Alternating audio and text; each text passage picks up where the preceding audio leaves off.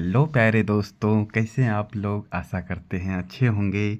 तो आज हम बिहार बोर्ड कक्षा 10 का जो साइंस है उसके भौतिकी जो होता है ना, भौतिकी फिजिक्स, उसका सब्जेक्टिव क्वेश्चन लेके आए हैं जो बहुत इम्पोर्टेंट है और ये एग्ज़ाम में भी आएगा, 100% आएगा। तो पहला क्वेश्चन कहता है कि देखो, विद्युत बल्ब में निष्क्रिय गैस क्यों भरी जाती है। तो निष्क्रिय जो गैस होती है आर्गन, ठीक है, जेनॉन, ये सभी निष्क्रिय गैस है। तो विद्युत बल्ब में क्यों भरी जाएगी। तो हम क्या बताएं, देखो कि विद्युत बल्ब कांच का होता है, विद्युत बल्ब कांच का बना होता है। इसका जो फिलामेंट होता है ना, वो टंगस्टन धातु का बना होता है। टंगस्टन धातु क्या होता है कि इसका प्रतिरोधकता बहुत अधिक होता है ना, इसका प्रतिरोधकता बहुत अधिक होता है। अगर बल्ब में ऑक्सीजन की उपस्थिति होगी तो कुंडली ऑक्सीकृत होकर जल जाएगा और बल्ब फ्यूज हो जाएगा।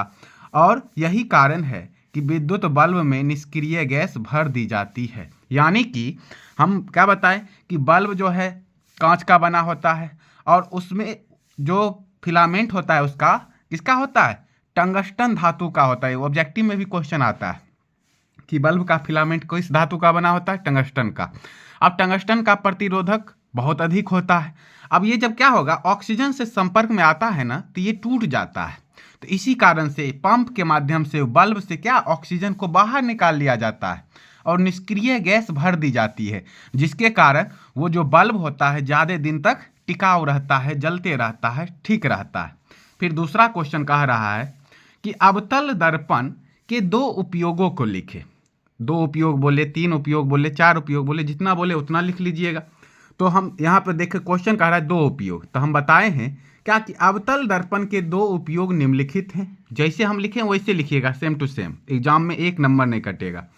अवतल दर्पण के दो उपयोग निम्नलिखित हैं। पहला कि अवतल दर्पण का उपयोग हजामती यानी दाढ़ी बनाने में किया जाता है।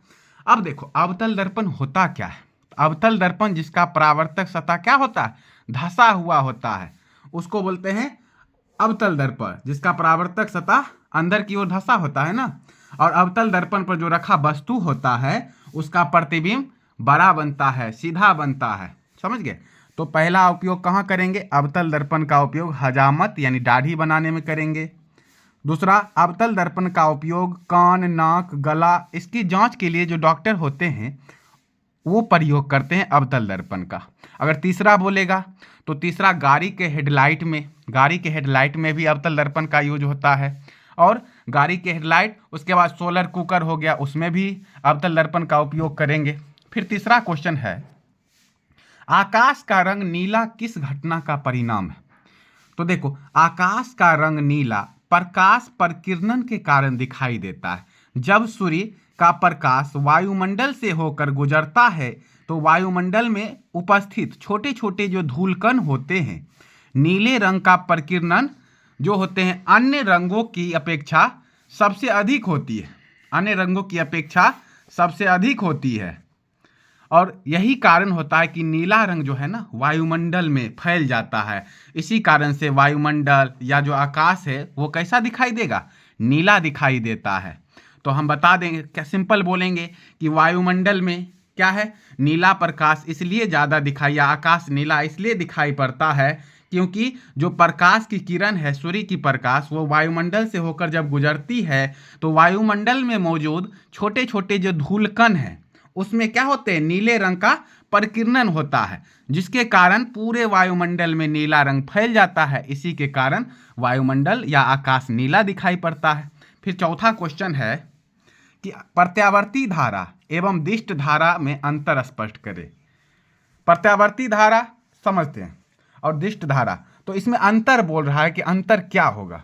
तो प्रत्यावर्ती धारा जिसको बोलते हैं एसी वोल्टेज यानी कि अल्टरनेटिव करंट, और दिष्ट धारा यानी डीसी करंट यानी कि डायरेक्ट करंट। तो इसमें देखो अंतर क्या है, इसमें धारा का मान तथा दिशा दोनों समय के साथ बदलता है। प्रत्यावर्ती धारा जो होता है ना, इसमें धारा का मान और दिशा दोनों समय के साथ क्या होता है, बदलता है।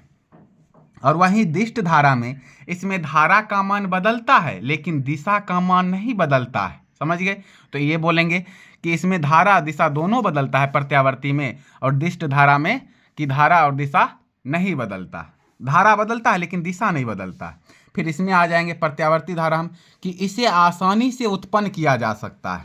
प्रत्यावर्ती धारा को आसानी से उत्पन्न किया जा सकता है, लेकिन दिष्ट धारा को आसानी से हम उत्पन्न नहीं करते हैं। इसको उत्पन्न करने में बहुत कठिनाई होती है। तीसरा है कि इससे विद्युत लेपन नहीं किया जा सकता। तो प्रत्यावर्ती धारा से विद्युत लेपन नहीं किया जा सकता, और वही दिष्ट धारा, इससे विद्युत लेपन किया जा सकता है। चौथा हम क्या बताएं कि इसे उत्पादन में लागत कम लगता है। प्रत्यावर्ती धारा जो है ना, इसको उत्पन्न करने में लागत बहुत कम लगता है, और वहीं अगर दिष्ट धारा को उत्पादन करते हैं तो इसमें बहुत अधिक लागत लगता है। तो इसे उत्पादन में अधिक लागत लगता है। फिर लास्ट क्वेश्चन है कि 5वां, विद्युत धारा के चुंबकीय प्रभाव से संबंधित दक्षिण हस्त अंगूठा का नियम लिखे। तो क्या कहता है दक्षिण हस्त नियम, कि यह जो है धारावाही तार को दाएं हाथ की मुट्ठी, यानी ऐसे दाएं हाथ, ये दाएं हाथ की मुट्ठी बांध लेंगे, और जो अंगूठा होगा ना, ये किसको इंडिकेट करेगा, धारा की दिशा। और ये जो 4 उंगली जो मूली हुई है, 4 उंगली जो मूली हुई है ना, इधर देखो, इधर घूमी हुई है ना, तो ये किसको इंडिकेट करेगा, तो चुंबकीय क्षेत्र की दिशा। तो वही कहता है कि धारावाही तार को दाएं हाथ की मुट्ठी में इस प्रकार पकड़ा जाए कि अंगूठा धारा की दिशा की ओर संकेत करता है, तो हाथ की अन्य जो उंगलियां हैं चुंबकीय क्षेत्र की दिशा को व्यक्त करेगा। तो यानी कि जैसे हम मुट्ठी बांधे तो ये अंगूठा धारा की दिशा, और ये चारों उंगली जो मूली हुई है ये किसको इंडिकेट करेगा, चुंबकीय क्षेत्र की दिशा को इंडिकेट करता है। तो यही है दक्षिण हस्त अंगूठा नियम। तो ये 5 क्वेश्चन बहुत इंपॉर्टेंट थे।